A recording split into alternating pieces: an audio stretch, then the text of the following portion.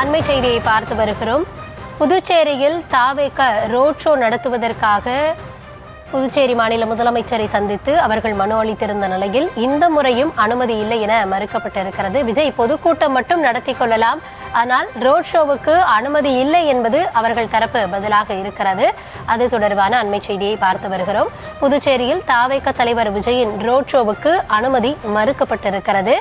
தாவேக பொதுக்கூட்டம் மட்டும் நடத்தி கொள்ளலாம் என புதுச்சேரி அரசு தரப்பில் அறிவிக்கப்பட்டிருக்கிறது. தொடர்ந்து பலமுறை இது தொடர்பாக அவர்கள் மனு அளித்திருந்த நிலையும் ஒரே பதிலை புதுச்சேரி அரசு தெரிவித்திருக்கிறது. புதுச்சேரியில் இருக்கக்கூடிய சாலை அமைப்புகள், அங்கு இருக்கக்கூடிய புவியியல் சூழலை கருத்தில் கொண்டு ரோட் ஷோவுக்கு அனுமதி இல்லை என்பதை முன்னமே அவர்கள் தெரிவித்திருந்தார்கள். அதே பதிலை மீண்டும் ஒரு முறை தெரிவித்திருக்கிறார்கள். கூடுதல் விவரங்களோடு இணைகிறார் எம்முடைய செய்தியாளர் கிருஷ்ணா. கிருஷ்ணா, வணக்கம். தாவேக தரப்புல இருந்து தொடர்ந்து முயற்சிகள் மேற்கொள்ளப்பட்டது. ரோட் ஷோவுக்காக அனுமதி அவங்க தொடர்ந்து கேட்டாங்க. ஆனா புதுச்சேரி அரசு ஒரே பதிலாக இல்ல அப்படின்ற பதில சொல்லியிருக்காங்க. பொதுக்கூட்டம் வேணா நடத்திக்கோங்க அப்படின்ற மாதிரி சொல்லியிருக்காங்க. என்ன பதில், என்ன காரணம் புதுச்சேரி அரசு தரப்புல இருந்து சொல்லப்பட்டிருக்கு? தமிழக வெற்றி கழக தலைவர் விஜய் தொடர்ந்து இந்த ரோட் ஷோ நிகழ்ச்சியை நடத்தி இருந்தார்கள். இந்த கரூர் சம்பவத்துக்கு தொடர்ந்து புதுச்சேரியில நீண்ட நாட்களுக்கு பிறகு புதுச்சேரியில வருகிற 5ஆம் தேதி நடத்த திட்டமிட்டிருந்த நிலையில புதுச்சேரியில காலாப்பட்டிலிருந்து கன்னிக்கோயில் வரை இந்த ரோட் ஷோ நடத்துவதற்கான திட்டமிட்டு அதற்கான கடிதத்தை கடந்த வாரம் தமிழக வெற்றி கழக சார்பில் புதுச்சேரியில் தலைமை காவல் நிலைய அதிகாரி டிஜிபியிடம் மனு அளிக்கப்பட்டது. ஆனால் தொடர்ந்து இந்த மனுக்கள் மீது எந்த ஒரு நடவடிக்கை எடுக்காததன் காரணமாக தொடர்ந்து தாவேக தலைவர் தலைமையில டிஜிபி, டிஐஜி மற்றும் முதலமைச்சரை சந்தித்து மனுக்கள் கொடுக்கப்பட்டது. அதன் பிறகு இன்று காலை எஸ்எஸ்பியை சந்தித்து மனு கொடுக்க வந்தார்கள். அதன் பிறகு முதலமைச்சர் ரங்கசாமியை சந்தித்து நேரடியில் சந்தித்து இது சம்பந்தமாக இன்னும் 2 நாட்கள் மட்டுமே உள்ளது, அனுமதி தர வேண்டும் என அவர்கள் வலியுறுத்தியிருந்தார்கள். ஆனால் புதுச்சேரியில் இருக்கக்கூடிய எதிர்கட்சிகளாக இருந்தாலும் சரி, சமூக அமைப்புகளாக இருந்தாலும் சரி, இந்த ரோட் ஷோவுக்கு அனுமதிக்க கூடாது.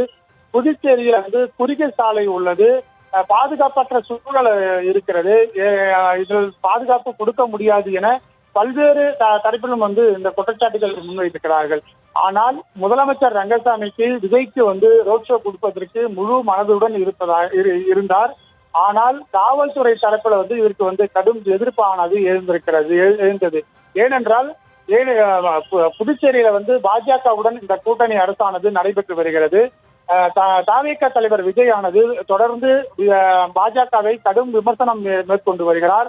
இதனால் புதுச்சேரியிலும் அதே நிலைதான் ஏற்படும். ஆளும் அரசாக இருந்து கொண்டு பாஜக தாவேக தலைவர் இந்த எதிர்ப்பை தெரிவிக்கும் நிலையில் இந்த சூழல் உருவாகும். ஆனால் இதற்கு அனுமதிக்க கூடாது என பாஜகவும் இதற்கு கடும் நெருக்கடியானது கொடுத்து வருகிறது. இன்று காலை கூட சபாநாயகராக இருக்கக்கூடிய பாஜகவை சேர்ந்த செல்வம் இதுக்கு அனுமதிக்க கூடாது என்றுதான் அவர் பேட்டி அளித்திருந்தார். உள்துறை அமைச்சராக இருக்கக்கூடிய நமச்சிவாயும் இதற்கு கடுமையாக எதிர்ப்பும் தெரிவித்திருக்கிறார்கள். பாஜகவிலிருந்து இதற்கு கடுமையான எதிர்ப்பும் அழுத்தமும் கொடுக்கப்பட்டிருந்தது. ஆனால் முதலமைச்சருக்கு இதுக்கு அனுமதி கொடுக்க வேண்டும் என்பது முழு எண்ணத்துடன் இருந்தார். ஆனால் இதற்கு மாவட்ட ஆட்சியரும் எதிர்ப்பு தெரிவித்த நிலையில முதலமைச்சரும் மாவட்ட ஆட்சியரும் இணைந்து காவல்துறை முடிவு எடுக்கலாம் என காலையில் தான் அவர்கள் தெரிவித்திருந்தார்கள்.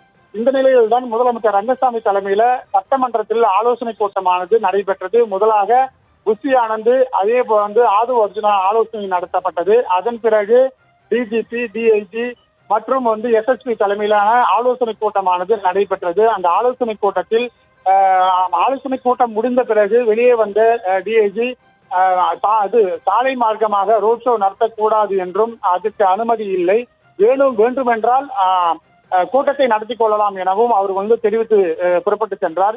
இந்த நிலையில் புதுச்சேரியில விஜய்க்கு ரோட் ஷோ நடத்துவது அனுமதி மறுக்கப்பட்டிருக்கிறது. நம்ம ஏற்கனவே அனுமதி இல்லை என்றுதான் நம்ம நியூஸ் தமிழ் செய்தி தெரிவித்திருந்தோம்.